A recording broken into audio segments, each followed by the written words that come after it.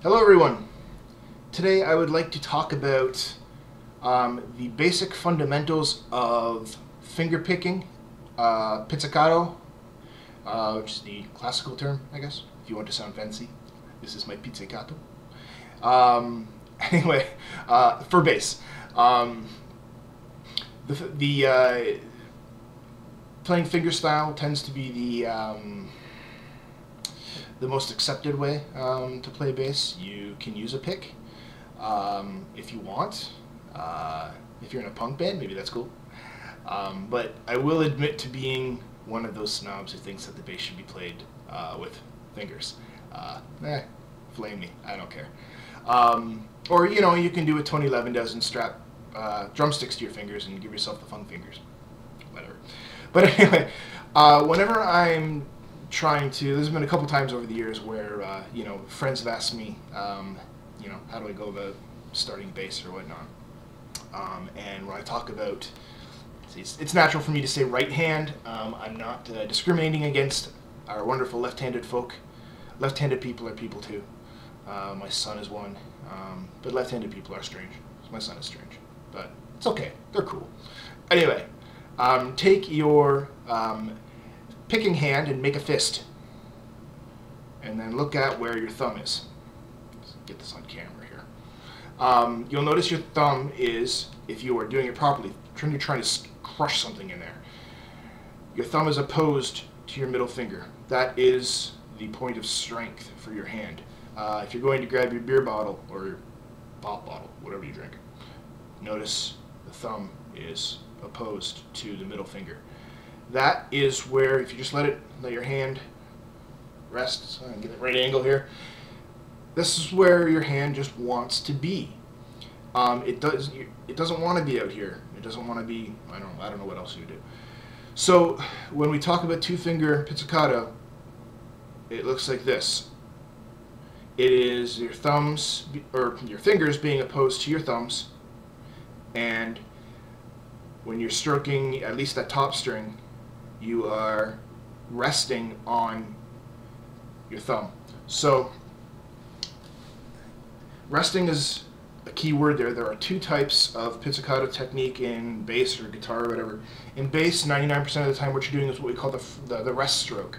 And that is because when you stroke, your finger then rests, and normally you wouldn't want to do this, but for illustration purposes, your finger rests on the next string down. And I just committed the cardinal sin by not alternating fingers there. You always want to be going from left to right. I start with left and then go right. That's probably an artifact of me playing with three fingers. If you want to start with right to left, it's cool, as long as you are always alternating and resting up here. Let's see if I can get this here. I hate webcams. You'll notice my thumb is up on my pickup. Black on black doesn't work so well here. There we go. So my corner of my thumb is on the corner of my pickup, and I'm resting there. That way I don't have to support my hand. I'm not wasting any energy supporting my hand. My thumb is just naturally taking any weight. My forearm is on here. You can be up if you want. It's a little uncomfortable. I know sometimes when I'm digging in I kind of get up there like that, but for the most part, supported completely. So I don't have to waste any energy by holding my hand up. You know, gravity or opposing gravity is doing all that work. The only time that changes is when I'm playing my second string. And if I know I'm not going to be going back down to the first string, if I'm playing my second string, my thumb slides down the pickup, and it normally doesn't do that. Again, I'm just illustrating, and it rests on my top string in that little nook, that cranny, if you will, the corner created by the string and the pickup, and it sits there for playing, I went to three fingers, sorry, for playing everything else. And what that does is it basically, it eliminates any vibration there, takes it out of the game. Also brings your thumb closer to your fingers, marginally, but every bit helps. So this is what it looks like. I'm going to do just a really quick exercise here, and I can show you left, right all the time, never stopping left, right, except for one difference. Whenever you're going right from one string to another, you do what's called a rake. So if I'm here and I want to be going down to there, my finger's already on the string. There's no point in me taking my finger off and alternating. So I pick, and I rake. So I'll just do a quick little exercise here, and on the way back, I'll call out what I'm doing.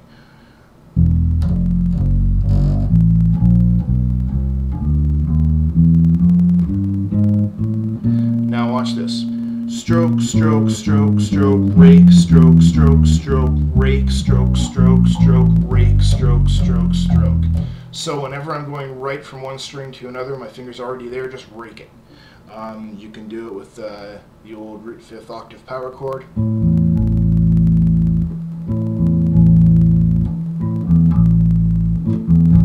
Whatever you want. Couple key factors here.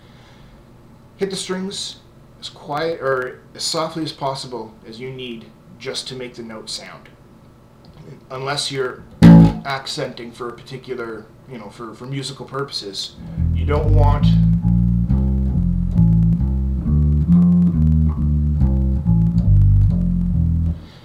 to hit the strings really hard.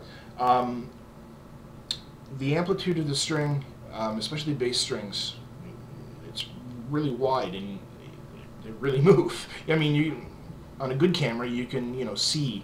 You see it in some music videos. They do it as an effect where you can see the string really vibrating. Ideally, we would like that vibration to be parallel to the neck, but it doesn't always work that way. In fact, most of the time it doesn't work that way. Your strings kind of vibrate in a circular manner, which means if you get that amplitude too high, it's going to touch down on the neck. You hear that buzzing? It's partly because this is a cheap bass, and partly because the string, I hit it too hard. See, I can do it without any buzzing. If you hit the string too hard, it's going to touch down, and anytime any moving object hits something else, it's going to lose energy. It's going to stop, it's going to slow. So it seems counterintuitive, but the harder you hit the string, the more you're actually choking it off. You're not going to give yourself the sustain, and you're going to lose a lot of tone. You lose the ability of dynamics. Like I said before, if you're trying to accent a note, how do you accent a note when you're already hitting it as hard as you possibly can? You've got nowhere to go. So just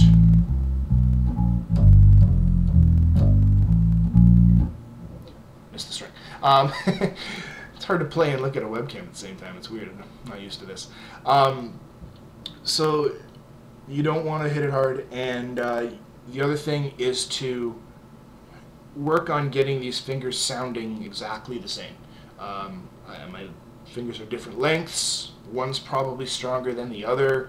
The calluses are going to be different on each of them, but I still have to make sure that they sound the same no matter what.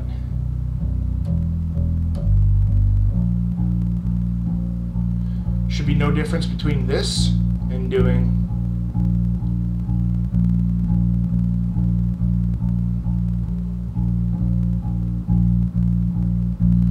all sounds the same. I hope. Let me know if I'm hearing or if I'm not hearing something that's there. So, key points: thumb opposite middle finger. Rest on the top of the pickup for your top two strings.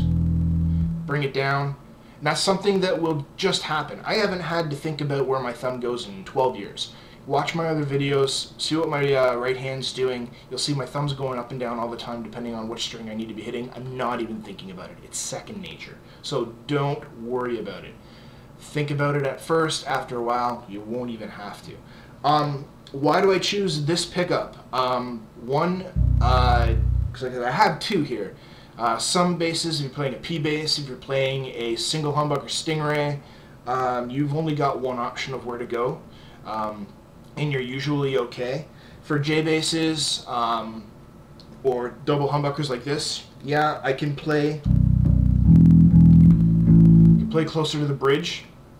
Tonally, you do get a different tone here. You're getting different overtones because whenever you play a note, you're not just getting the fundamental note. You're getting a whole bunch of overtones as well. So you're going to get a bit of a brighter, more nasally sound. Yeah, it's kind of hard to tell with what I've got going on here, but you're going to get a nasally sound playing here. But the other thing you'll notice, and you can feel it just by trying it, is that it's harder to try to press your strings there, and then press it there. And there's a huge difference between the two. So when you're starting out, I suggest playing as close to the neck as possible on your pickup. I mean, you can anchor on the neck if you want to, but I know some people who do that. I find it awkward because it's just weird. But anyway, so yeah, you can play down there if you want. It's just going to be harder on your fingers. So it's easier to practice up here to get your fundamentals down there, and then if you want to go for that higher, that burpier tone, then it's not going to be hard to translate from one to the other. It's going to, the techniques are exactly the same. So finger opposed to the thumb, alternating 1-2 all the time unless you're raking. I think that's pretty much it. Try to caress the string, don't just impact it. That's how you control your dynamics. There should be a very minute sort of, the pad of your finger should kind of caress the string a little bit. That gives it almost the same effect that a bow would, in that it helps get rid of unwanted overtones, or inharmonicity as they call it, and that will help you actually play more in key, because especially as you move up on the fretboard, you will start to get overtones that will actually make your notes actually out of tune, even though your bass is tuned properly. So helping to pad the notes a little bit will get rid of those unwanted overtones. I think that's it. If I've forgotten anything, I do have a couple other tips that may fall under, I guess, the advanced guidelines, but they're not really. They're just a little more esoteric, like breathing, how to properly breathe and stuff like that. I'll worry about that later. So, and just practice that form, and do whatever feels comfortable to you. Your body will always tell you when it likes what you're doing. No jokes. So if what you're feeling feels awkward, then you're probably doing it wrong. I hate to be that blunt about it, but that's basically what it is. I hope you enjoyed. If you have any questions, any comments, any flames, bring it on. And thanks a lot, guys. I'll talk to you later.